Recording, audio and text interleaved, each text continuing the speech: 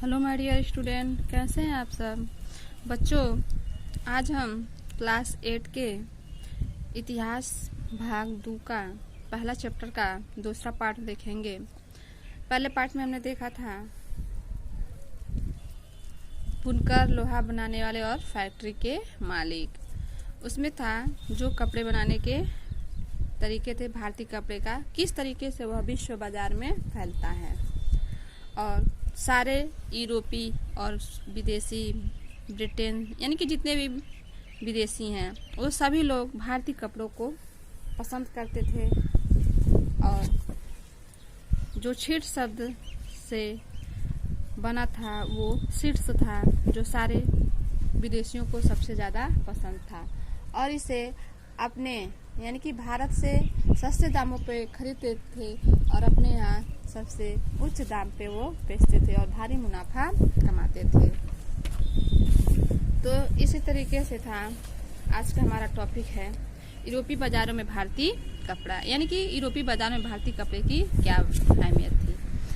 करें कि 18वीं सदी की शुरुआत तक आते आते भारतीय कपड़ों की लोकप्रियता से बेचैन इंग्लैंड के ऊन और रेशम निर्माता भारतीय कपड़ों के आयात का विरोध करने लगे। यानी कि क्या हुआ, वो ऊन और रेशमी जो निर्माता भारतीय था वो कपड़ों के आयात का विरोध करने लगे, और इसी दबाव के कारण 1720 में ब्रिटिश सरकार ने इंग्लैंड में छापेदार सूती कपड़े यानी कि छीट के इस्तेमाल पर पाबंदी लगा दी। पहले तो वो खूब लोकप्रिय हुआ, लेकिन जब ऊन और रेशमी कपड़ा आने लगा तो वो क्या किए, उसका विरोध करने लगे और उस छीट वाले कपड़े पे वो पाबंदी लगाने लगे।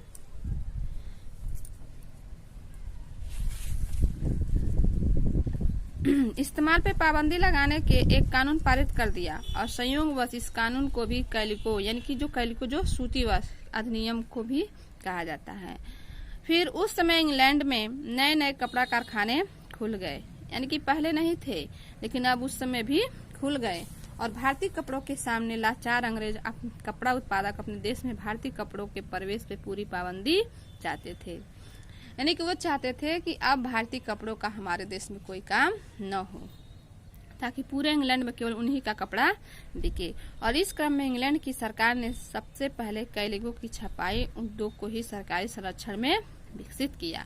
अब सफेद मलमल या बिना माड़ वाले कोरे भारतीय कपड़े पर इंग्लैंड में ही भारतीय डिजाइन छापे जाने लगे, यानी कि वो हूबहू नकल कर लिए और भारतीय कपड़े का इंग्लैंड में वो छपाई करने लगे।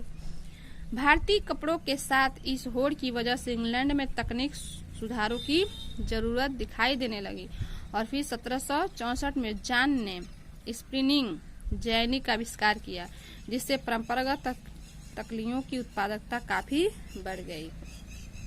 स्पिनिंग जेनी करा की एक ऐसी मशीन है जिससे कामगार एक साथ कई तकलियों पे काम कर सकते हैं, और जब पहिया घूमता है तो सारी तकलियां घूमने लगती है। यानी कि वो ऐसी मशीन थी जो एक व्यक्ति अगर चलाता है तो उसके साथ साथ कई मशीनें चल सकती हैं। 1786 में रिचर्ड आर्कराइट ने वाष्प इंजन का आविष्कार किया, जिसने सूती कपड़े की बुनाई को क्रांतिकारी रूप में बदल दिया। अब बहुत सारा कपड़ा बेहद कम कीमत पे तैयार किया जा सकता, कम कीमत पे भी और कम समय में भी तैयार हो जाता है। इसके बावजूद दुनिया के बाजारों पर भारतीय कपड़े का दबदबा 18वीं सदी के आखिरी तक बना रहा।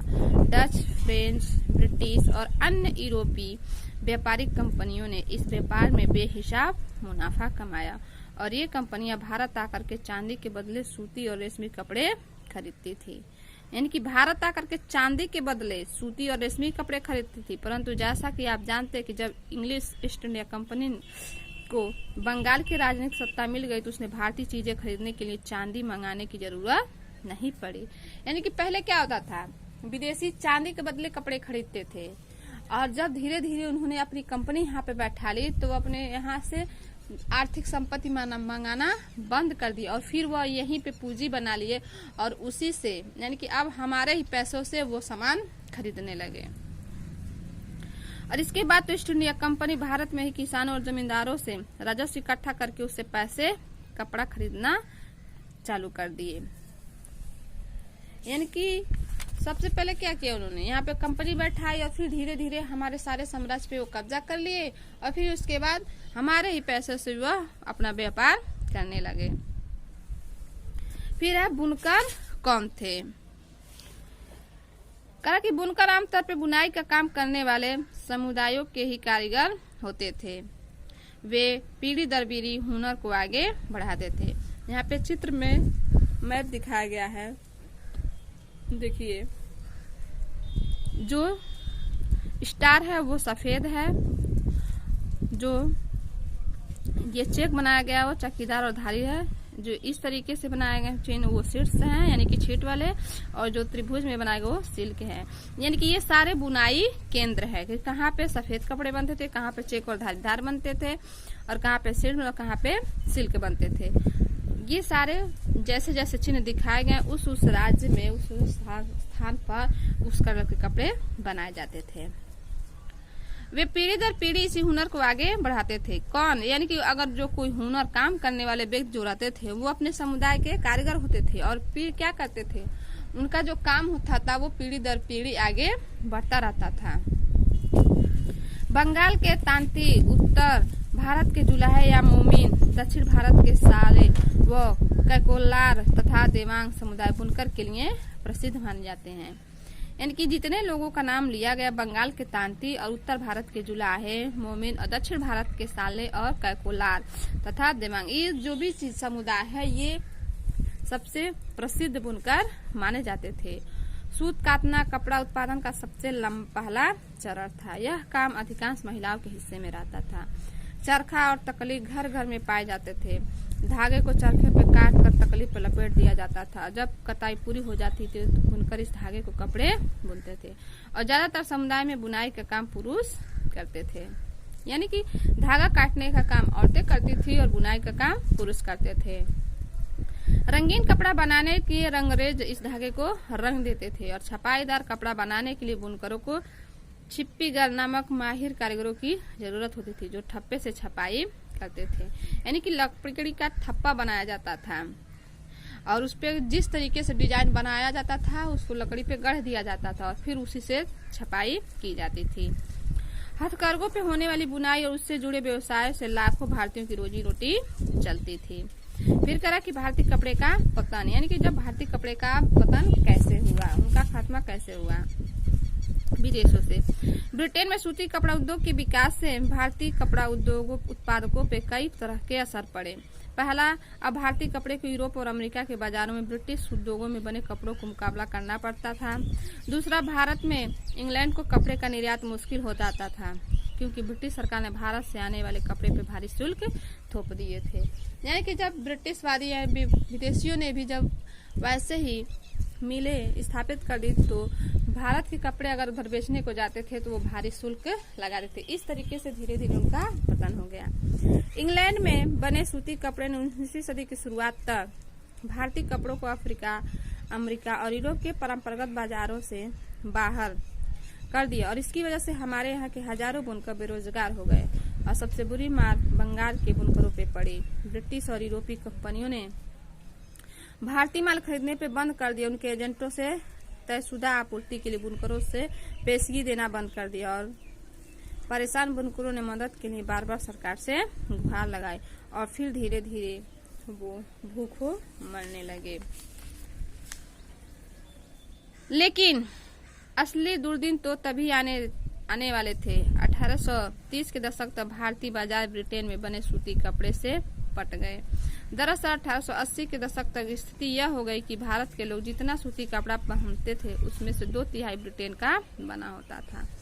यानी कि जब उनके पास पैसे नहीं होते थे तो वो काम करना भी बंद कर दी और धीरे धीरे क्या हुआ, हमारे भारतीय कपड़े का पतन हो गया और फिर विदेशी हमारे यहाँ व्यापार करने लगे। इससे न केवल बुनकरों की बल्कि सूत काटने वालों की हालत भी खराब होती गई। जो लाखों ग्रामीण महिलाएं सूत काटती थी, अपनी आजीविका चला रही थी, वे बेरोजगार हो गए। लेकिन भारत में हथकरघों से होने वाली बुनाई यानी कि जो हाथ से करघे चलाए जाते थे पूरी तरह खत्म नहीं हुई। इसकी वजह यह थी कि कपड़ों के कुछ किस्में मशीनों पे नहीं बन सकती थी। फिर भी कुछ ऐसी किस्में थी जो मशीनों पे नहीं बन सकती थी, हाथ से ही बनाने पड़ते थे। और भला जटिल और मन भावन चिंगारियों वाली साड़ी या परंपरागत बुनाई वाले कपड़े मशीनों पर कैसे बन सकते थे। इन कपड़ों की न केवल रईसों के बीच बल्कि मध्य वर्ग में भी काफी मांग थी और न ही ब्रिटेन के कपड़ा मिलों से यह बेहद मोटा कपड़ा बनता था जिसे भारतीय गरीब पहनते थे। यानी कि ज्यादा मोटा भी नहीं बनता था और ऐसी चीजें थी जो केवल बड़े लोग ही नहीं बल्कि मध्यम लोग भी इसे पहन सकते थे और गरीब भी पहन सकते थे। फिर कह रहा कि आपने पश्चिम भारत में स्थित सोलापुर और दक्षिण भारत में स्थित मंदुरा का जिक्र जरूर सुना होगा। ये शहर 19वीं सदी के आखिरी में बुनकर के नए महत्वपूर्ण केंद्र बनकर के सामने आए और बाद में राष्ट्रीय आंदोलन के दौरान महात्मा गांधी ने भी लोगों से आह्वान किया कि वे आयातित यानी कि जो कपड़े आ रहे हैं का बहिष्कार करें और हाथ से कटे सूत और हाथ से बुने कपड़े ही पहने। यानी कि पहले भारत निर्यात करता था लेकिन अब आयात करने लगा। फिर महात्मा गांधी जी जुड़े तो वो क्या किए, कहे कि अब हमें स्वयं अपना कपड़ा बुन करके पहनना चाहिए, न कि विदेशों का कपड़ा पहनना चाहिए। अब हमें विदेशों का कपड़ा बहिष्कार करना चाहिए और इस तरह खादी राष्ट्रवाद का प्रतीक बनती चली गई। चरखा भारत की पहचान बन गया और 1931 में उसे भारतीय राष्ट्रीय कांग्रेस के तिरंगे झंडे के बीच पट्टी में जगह दी गई। यानी कि अब ये भी इम्पोर्टेंट है कि 1931 में जो झंडे में तिरंगे में जो चक्र लगाया गया, कब लगाया गया, तो 1931 में। आइए देखें कि आजीविका के साधन गवा चुके बुनकरों और सूत काटने वालों का क्या हुआ। उनमें से बहुत सारे तो खेतिहर मजदूर बन गए थे और कुछ काम की तलाशों में शहर की तरफ चले गए और बहुत से देश में बाहर अफ्रीका और दक्षिण अफ्रीका के बागानों में काम करने के लिए चले गए और इसमें से कुछ हथकरघा बुनकरों को बम्बई यानी कि मुंबई, अहमदाबाद, सोलापुर, नागपुर और कानपुर में खुले नए कपड़ा कारखानों में नौकरी मिल गई। यानी कि सारे जो बुनकर थे वो धीरे धीरे अपनी जीविका चलाने के लिए इधर उधर बह गए, चले गए। अब आता है हमारा सूती कपड़ा मिलों का उदय। सूती कपड़ा मिलों का उदय कब हुआ? कहा कि भारत में पहली सूती कपड़ा मिल 1854 में बम्बई में स्थापित हुई और यह कटाई मिल थी और 19वीं सदी की शुरुआत से ही भारत के इंग्लैंड और चीन, ये भी इम्पोर्टेंट लाइन है कि भारत में पहली सूती कपड़ा मिल कब हुआ, कहाँ हुआ, तो 1854 में मुंबई में हुआ था। और कच्चे माल के निर्यात के लिए बम्बई एक महत्वपूर्ण बंदरगाह बन चुका और बम्बई के पश्चिम भारत की काली मिट्टी वाली उस विशाल पट्टी में काफी निकट था जहां कपास की खेती की जाती थी। जब वहां सूती कपड़ा मिलों की स्थापना हुई तो उन्हें कच्चा माल आसानी से मिलने लगा था। आप इस चित्र में भी देख सकते हैं कि किस तरीके औरतें बुनाई कर रही हैं। फिर सन 1900 तक आते आते बम्बई में 84 कपड़ा मिलें चालू हो गई थी और उनमें से बहुत सारी मिलें पारसी और गुजराती व्यवसायियों ने खोली थी जो चीन के साथ व्यापार के लिए काफी पैसा कमा चुके थे और इस दौरान दूसरे शहरों में भी ऐसे कारखाने खोले गए। अहमदाबाद में पहला कारखाना 1861 में खुला। अगले ही साल संयुक्त प्रांत स्थित कानपुर में भी एक कारखाना खुल गया और सूती कपड़ा मिलों की बढ़ती संख्या के कारण मजदूरों की मांग भी बढ़ने लगी और हजारों गरीब काश्तकार, दस्तकार और खेतिहर कामगार कारखानों में काम करने के लिए शहरों की तरफ जाने लगे। और फिर प्रारंभिक कुछ दशकों के दौरान भारतीय कपड़ा कारखानों को बहुत सारी समस्याओं से जूझना पड़ा, यानी कि लड़ाई करना पड़ा, बड़ी सारी समस्याएं झेलनी पड़ी।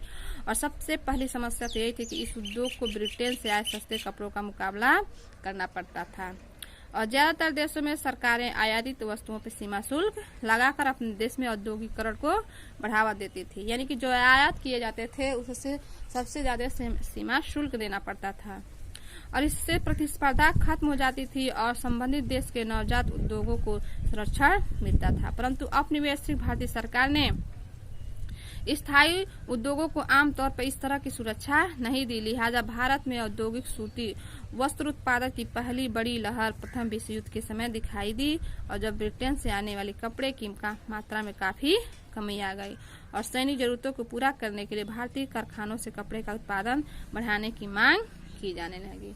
फिर धीरे धीरे क्या हुआ, हम विदेशी कपड़ों का बहिष्कार करते गए और फिर अपने देश के कपड़ों की मांग बढ़ती गई।